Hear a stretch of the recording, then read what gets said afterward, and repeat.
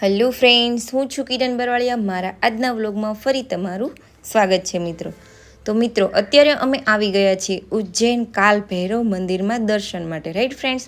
તો ફાઇનલી અમે લોકો અહીંયા કાર પાર્કિંગથી આગળ ચાલી રહ્યા છીએ, જ્યાં તમને આ ટાઈપની શોપ જોવા મળશે, જ્યાં તમને પૂજા માટેનો સામાન મળી રહેશે, એટલે કે ભગવાનને ચડાવવા માટે પ્રસાદ પણ મળી રહેશે. મિત્રો, કહેવાય છે કે કાલ ભૈરવની દારૂ ચડાવવામાં આવે છે, એટલે કે દારૂની પ્રસાદ ધરાવાય છે.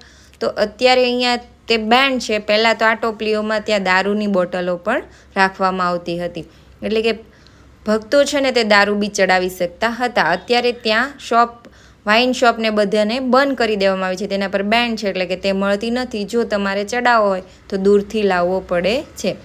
તો ફાઇનલી આ તમે જુઓ ને, એમ લાઈનો છે, બંને બાજુ જે સ્ટેન્ડ ગોઠવેલા છે, વચ્ચે તમારે લાઈનમાં ચાલીને જવાનું છે. આ સ્ટેન્ડ તમે જુઓ ને તો બહુ બધા ઉપર દોરા બાંધેલા છે. જો તો આ દોરા ક્યાં હોય છે ખબર છે? આપણે જે બહારથી ટોપલી લઈએ છીએ ને, તો એ ટોપલીમાં પ્રસાદીમાં આપણને આવા દોરા બી હોય છે. તો ખબર નહીં લોકોની માન્યતા હોય કે શું હોય, લોકો અહીંયા બહુ ખરેખર આમ દોરા બાંધીને જતા રહે છે. તો તમને એવું લાગે કે જાણે આપણે મ્યુઝિયમમાં ચાલી રહ્યા હોય, રાઈટ? મને તો ખાસ કરીને મને તો બહુ જ એવી ફિલિંગ્સ આવે છે કે મ્યુઝિયમમાં ચાલું છું.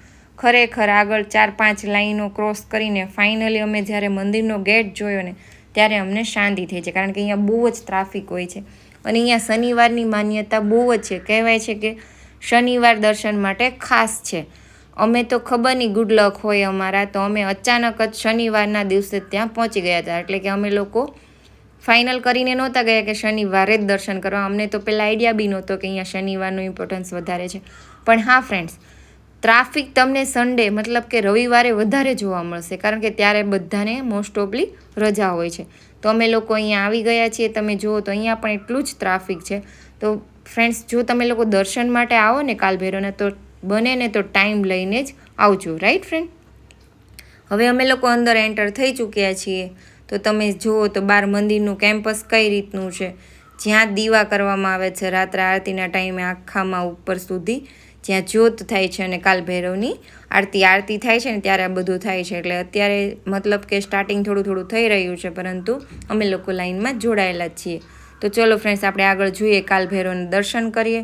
અને હા ફ્રેન્ડ્સ, મારો વ્લોગ થોડો મોટો છે, કારણ કે હું તમને બધી જ ડિટેલ મંદિરની, એટલે કે બહારથી અંદર કઈ રીતે અવાય, કઈ રીતનું અંદર બધો વ્યવસ્થા છે બતાવું છું. એટલા માટે આ કાલ ભૈરવનું વાહન છે, જેનું બહાર મૂર્તિ રાખવામાં આવેલી છે, તમે જોઈ શકો છો. અને હવે અંદર અમે મંદિરમાં જઈ રહ્યા છીએ. તો ફ્રેન્ડ્સ, મારો જો આવા વ્લોગ તમને જોવા ગમતા હોય તો મારી ચેનલને લાઇક, સબસ્ક્રાઈબ એન્ડ શેર કરો. અને મારો વ્લોગ જોવા માટે થેન્ક યુ ફ્રેન્ડ્સ. તો ચલો આપણે જોઈએ મંદિરમાં અને દર્શન કરીએ અને પાવન થઈએ. Okay friends, thank you.